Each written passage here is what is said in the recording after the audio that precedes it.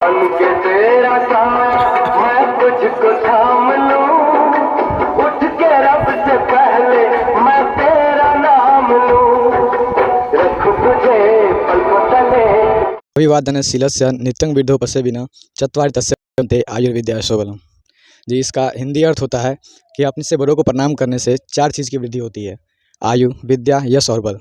और मैं आपको बता दूं कि सरस्वती विद्या मंदिर में जो आज का प्रोग्राम था वो मातृ सम्मेलन को लेकर, क्योंकि बच्चे जो होते हैं वो किस तरह अपने पेरेंट्स का, अपने माता पिता का देखभाल करें, किस तरह अपने पेरेंट्स की बात माने और किस तरह अपनी शिक्षा को फोकस करते हुए जो उनका मंजिल हो उसको प्राप्त करें। चलिए हम बात करते हैं और जानते हैं सबसे पहले डायरेक्टर से। जी सर, सबसे पहले आपका स्वागत है। जी, यह विद्यालय जो है अखिल भारतीय शिक्षण संस्थान के द्वारा जुड़ा हुआ है, उसकी एक इकाई है। पूरे देश भर में इस तरह के हमारे विद्यालय लगभग 12,000 के आसपास में हैं, जहाँ पर बच्चों की शिक्षा दीक्षा के साथ साथ संस्कार की बातें की जाती हैं और इसी के लिए हम जाने भी जाते हैं। और यह जो इकाई है, प्रथम विद्यालय इसका प्रारंभ हुआ 1952 ईस्वी में गोरखपुर में। उसी से बढ़ते बढ़ते आज विद्यालयों की संख्या इतनी हुई है। सर, आप बता रहे थे कि इस विद्यालय का जो चर्चा है वो पूरे भारत में है। जी। तो इस पूरे ब्रांच की अगर बात किया जाए तो कितने हैं पूरे भारत में इनका? विद्यालयों की संख्या पूरे 12,000 है। 12,000। 12,000 अच्छा। पूरे देश भर में विद्यालय हमारे चलते हैं। हाँ। कुछ शाखाएं हमारे विदेशों में भी हैं। अच्छा। जी, वहाँ भी कुछ इस तरह के विद्यालय चलते रहते हैं। सर, ये अगर बात करेंगे ये जो सरस्वती विद्या मंदिर आपके यहाँ पे कटोला में है, इसमें शिक्षा की जो व्यवस्था है वो किस क्लास से किस क्लास तक? ये बिल्कुल नर्सरी से, जिसको हम लोग कक्षा अरुण बोलते हैं, अभी अरुण से 10वीं तक की व्यवस्था यहाँ है। साथ साथ यहाँ एक हॉस्टल फैसिलिटी भी है, उसमें भी बच्चे हमारे रहते हैं। ये यहाँ की फैसिलिटी है। यह विद्यालय सीबीएसई बोर्ड से मान्यता प्राप्त है और अगले 2-3 वर्षों में ये इसकी मान्यता +2 की भी हो जाएगी। अच्छा। ऐसी अपेक्षा है। रिजल्ट की बात किया जाए सीबीएसई बोर्ड की, तो किस तरह का रिजल्ट सरस्वती विद्या मंदिर की रहती है? बहुत ही अच्छा परफॉर्मेंस होता है बच्चों का यहाँ पर। चूँकि बच्चों के अंदर जो पढ़ाई की बात होती है, शुरू से ही जो हम संस्कार डालते हैं पढ़ाने के लिए, जो उनके अंदर एक उत्साह पैदा करते हैं, इसके कारण हमारे बच्चों का रिजल्ट यहीं तक नहीं, इसके आगे भी यदि वो पढ़ाई कहीं करते हैं, वहाँ भी अच्छा होता है। आपके विद्यालय के जो टीचर हैं, जो गुरुजी हैं, उनका ड्रेस हम जो देख रहे हैं, अभी की जो सभ्यता है, अभी की जो परंपरा है, उससे बिल्कुल अलग है। लग रहा है कि जैसे पुराने ज़माने में हम लोग सुना करते हैं कि गुरुकुल में हुआ करते थे, या ऐसे संस्थान में जो आज से 40 साल, 45 साल पहले जो सुना करते हैं, सेम उस तरह की ये क्या आप हमेशा रहेंगे? हाँ, ये हमारा ड्रेस कोड है। इसके अतिरिक्त हमारे यहाँ जो आचार्य, हम उनको शिक्षक नहीं बोलते हैं, आचार्य ही बोलते हैं, गुरुजी ही बोलते हैं। ये हमारा ड्रेस कोड है। और हमेशा जब भी विद्यालय में आना होता है तो ये हमारा कुर्ता पैजामा, जो हमारा पौराणिक वेश जिसको बोलते हैं, वैदिक वेश जिसको बोलते हैं, वो हमारा है। और पूरे क्षेत्र मतलब आपको मैं बता दूं कि पूरा बिहार और झारखंड मिला करके हमारा एक उत्तर पूर्व क्षेत्र है। तो इस क्षेत्र में लगभग इसी तरह के वेश, ये कलर भी जो आप देख रहे हैं, ये कलर भी इसी कलर के कुर्ते में नज़र आएंगे हमारे सभी आचार्य जी। इस क्षेत्र में सर, मुख्यालय से करीब 3-4 किलोमीटर के रेंज में आपका विद्यालय है, मधुबनी मुख्यालय के से लगभग। और इस शहरी क्षेत्र में जिस तरह से आप इस तरह की सभ्यता की विद्यालय चलाते हैं, ये मन में आपको कैसे आया, कैसे ये ख्याल आया कि इस तरह से कार्य किया जाए शिक्षा पे और आगे बढ़ाया जाए समाज को? नहीं, इसका ख्याल अभी नहीं आया है। इसका ख्याल तो प्रथम बार 1952 में ही आया, जो हमारे ऊपर के कार्यकर्ता हैं, जो हमारा मातृ संगठन है राष्ट्रीय स्वयं सेवक संघ, उससे प्रेरित ये संस्था है और उसी की एक इकाई है। विद्या भारती एक अलग उनकी इकाई है जो पूरे देश में विदेश में काम करती है।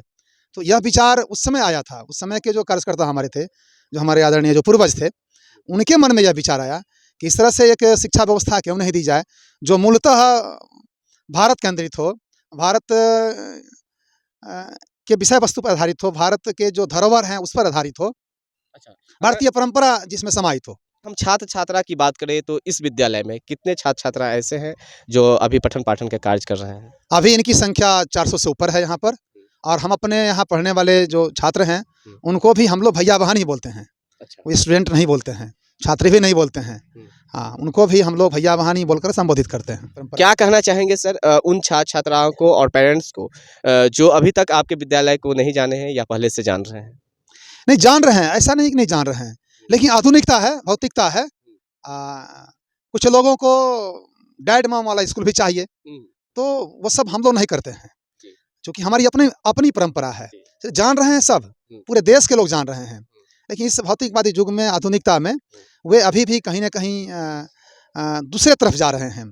तो उनसे मेरा आग्रह होगा कि अपने बच्चों को चाहे कहीं पढ़ावें, लेकिन अपनी संस्कृति, अपनी परंपरा से, अपनी माटी पानी से जोड़ कर रखें, तो उनके जो बच्चे आगे तैयार होंगे उनका भी सम्मान करेंगे। तो सरस्वती विद्या मंदिर में मैं आपको बता दूं कि शिक्षक या फिर सर नहीं बल्कि आचार्य कर कह के गुरुजनों को पुकारा जाता है, और ये शब्द सुनने से ही लगता है कि भारतीय संस्कृति से कहीं ना कहीं अभी भी इस विद्यालय को जोड़कर रखा गया है। चलिए हम यहाँ पे आचार्य महोदय से बात करते हैं और जानते हैं। जी, सबसे पहले आपका स्वागत है। जी नमस्कार। ये बताएंगे आचार्य महोदय कि आपके विद्यालय में जिस तरह से टीचर का एक ड्रेस कोड है, स्टूडेंट का भी ड्रेस कोड है, और ये पुरानी सभ्यता से कहीं ना कहीं जुड़ा हुआ है, इस विषय में अभी आधुनिकता के युग में क्या कहना चाहेंगे? ये तो भारतीय संस्कृति पर आधारित ये हम लोगों का वेश है, और इस वेश में हम लोग गौरवान्वित महसूस करते हैं अपने आप को। इतना ही नहीं, विद्यालय ही नहीं, हम लोग तो लगभग 24 घंटे यही वेश पहनते हैं। और विद्यालय में खास करके ये जो कलर है, वो कलर हम लोगों को प्रोवाइड किया गया है, तो ये कलर हम लोग पहनते हैं, और बच्चे भी संस्कारित यहाँ पर निकलते हैं। मातृ सम्मेलन आज आपके विद्यालय में हुआ, जी। तो इस सम्मेलन के द्वारा क्या संदेश देना चाहते हैं आप माता पिता को? मातृ सम्मेलन के द्वारा संदेश यही देना चाहते हैं कि अपने बच्चे को सुसंस्कारित करें, और सुसंस्कारित प्रथम पाठशाला तो परिवार है। परिवार में माता अपनी भूमिका ठीक से निभाएं, और उससे आगे अगर विद्यालय में चयन करना है तो ये सरस्वती विद्या मंदिर अपना एक अच्छा प्लेटफॉर्म है। यहाँ पर देने से बच्चे भविष्य में संस्कारित होकर के निकलेंगे और देश के अच्छे नागरिक बनेंगे। कुमार तिवारी, किस विद्यालय में आप पढ़ते हैं? सरस्वती विद्या मंदिर। अच्छा, आज जो मातृ सम्मेलन हुआ आपके विद्यालय में, इससे क्या सीखे आपने? हम इससे सीखे कि अपने जैसे माता पिता का आदर करना। जी। अच्छा, क्या सुनाने वाले हैं आप? कविता सुनाइए। गुरु गोविंदो खरे काके लागू पाए, बलिहारी गुरु आपने जिन गोविंद दियो बताए। साच बराबर तप नहीं, झूठ बराबर पाप, जाके हृदय साच है ताके हृदय आप। अच्छा, पोटी पढ़ी पढ़ी जगमा पंडित भय, ना कोई ढाई अक्षर प्रेम का पढ़े सो पंडित होए। मैं पूजा मिश्रा सिवान से हूँ। सिवान से आप आई हैं? जी। आप कौन सी विषय पढ़ाते हैं यहाँ पे? मैं यहाँ पे इंग्लिश पढ़ाती हूँ बच्चों इंग्लिश को। पढ़ाती है, मतलब यहाँ पे भारतीय संस्कृति के अनुसार व्यवस्था है, लेकिन पढ़ाई इंग्लिश भी होती है? दोनों होती है, संस्कार, संस्कृति और इंग्लिश सब पढ़ाया जाता है। सब पढ़ाया जाता है। जी। जी, क्या कहना चाहेंगे उन बच्चों को और पेरेंट्स को जो अपने बच्चे को शिक्षा दीक्षा दे रहे हैं? वो इस विद्यालय में एडमिशन कराएं और अब अपने बच्चों का उज्जवल भविष्य बनाने के लिए इस विद्यालय में एडमिशन कराएं। देंगे। जी, मेरा नाम शक्ति नारायण ठाकुर है, जी। और मेरा घर यहीं कैटोला में ही, थोड़ी दूर यहाँ से 1 किलोमीटर की दूरी पे है। इसमें आचार्य है? जी, हम अभी 3-4 महीने पहले यहाँ पे आए हैं, और जहाँ तक की बात है इस विद्यालय का, ये मेरे गांव के ही हैं, और हम इस विद्यालय से बहुत जुड़े रहते थे। यहाँ पे मेरे गांव से बहुत बच्चे आते थे, और मेरा इच्छा रहा और यहाँ से बातचीत हुई, यहाँ पे पढ़ाने के लिए भी आए हैं। अभी हम यहाँ कंप्यूटर शिक्षक के रूप में हैं। अच्छा, और क्या क्या कहना चाहेंगे? कुछ कहना चाहेंगे, कुछ सुनाना चाहेंगे आप? जी बिल्कुल, सुनाइए। जहाँ तक की बात है सर, हमारे यहाँ खास करके हमारे भारत में विद्या मंदिर एक बहुत बड़ा संस्था है, और यहाँ पर पढ़ाई नहीं, यहाँ पर जैसे हम लोग पेड़ को सींचते हैं वैसे बच्चों को सींचा जाता है।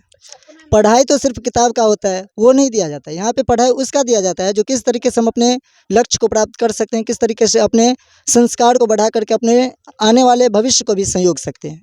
इसका यहाँ पे विशेष रूप से ध्यान रखा जाता है। जैसा कि मैंने भी यहाँ देखा, जो यहाँ के छोटे छोटे बच्चे इतने अच्छे संस्कृत बोलते हैं, जो हमें लगता है जो अच्छे यहाँ पे संस्कृत और नर्स रखने वाले भी नहीं बोल पाते। जो चीज़ यहाँ पे हम देख रहे हैं और देख नहीं रहे हैं, आप हमारे अभी 2-4 बच्चे से बात भी किए हैं, शायद आप क्लास के टाइम में आइएगा तो वहाँ पे आपको लगभग सभी बच्चे उस तरीके से बोलते हैं, और बहुत अच्छा लगता है। और हम लोग इस पे काम करते हैं, और हम लोग को भी बहुत कुछ सीखने को मिल रहा है यहाँ से। चंदन कुमार झा, कहाँ से आप आते हैं? मैं यहाँ से लगभग 12 किलोमीटर मेरा गांव सरहद शाहपुर पड़ता है, वहाँ से मैं आता हूँ। और यहाँ पर सारे अलग अलग क्षेत्रों से आचार्य लोग आते हैं, जैसे सिवान के हैं, वेस्ट चंपारण के हैं, या फिर मोतिहारी के हैं, सिवान हैं, उसके बहुत सारे माने जितने भी आचार्य आते हैं यहाँ पर, अपनी एक पद्धति है जो वहाँ पर चयन होकर यहाँ आते हैं। और बाकी विद्यालय के लिए जैसे चर्चा हो रही है, हम लोग सभ्यता संस्कृति के साथ को लेकर साथ चलते हैं, और रही बात संस्कृत की हिंदी की, तो हमारा माध्यम भी CBSE के द्वारा जो निर्धारित है, इंग्लिश माध्यम भी ही हमारा है, हमारा माध्यम हिंदी नहीं है। लेकिन ऐसा देखा गया है जो बहुत सारे विद्यालयों में संस्कृत को साफ निगलेक्ट कर दिया गया है, वो साथ लेके नहीं चलता है। तो हम लोग कक्षा प्रथम से अष्टम तक संस्कृत को अनिवार्य विषय के रूप में रखे हैं, एक विषय के रूप में उसको रखते हैं, ताकि हम संस्कृत को भी साथ लें, क्योंकि हमारा वो अपना क्या कहते हैं, देव भाषा है। सरस्वती विद्या मंदिर की स्थापना का जो संकल्प था 1952 से, जैसा हमारे गुरुजी बताए, उसी समय से थी। इसका उद्देश्य पाश्चात्य संस्कृति और पाश्चात्य शिक्षा जो भारतीय संस्कृति पे हावी हो रही है, उससे भारतीय संस्कृति को संरक्षित करने का उद्देश्य मुख्य रूप से रहा। अभी हम बात कर रहे थे कान्हर कपिल देव सरस्वती विद्या मंदिर कटोला से। और आप लोग को ये वीडियो कैसा लगा कमेंट करके बताएंगे और ज़्यादा से ज़्यादा लोगों तक फैलाएंगे, ताकि भारतीय संस्कृति के अनुसार जो पठन पाठन का भी कार्य हो रहा है वो लोगों को जानकारी मिल सके।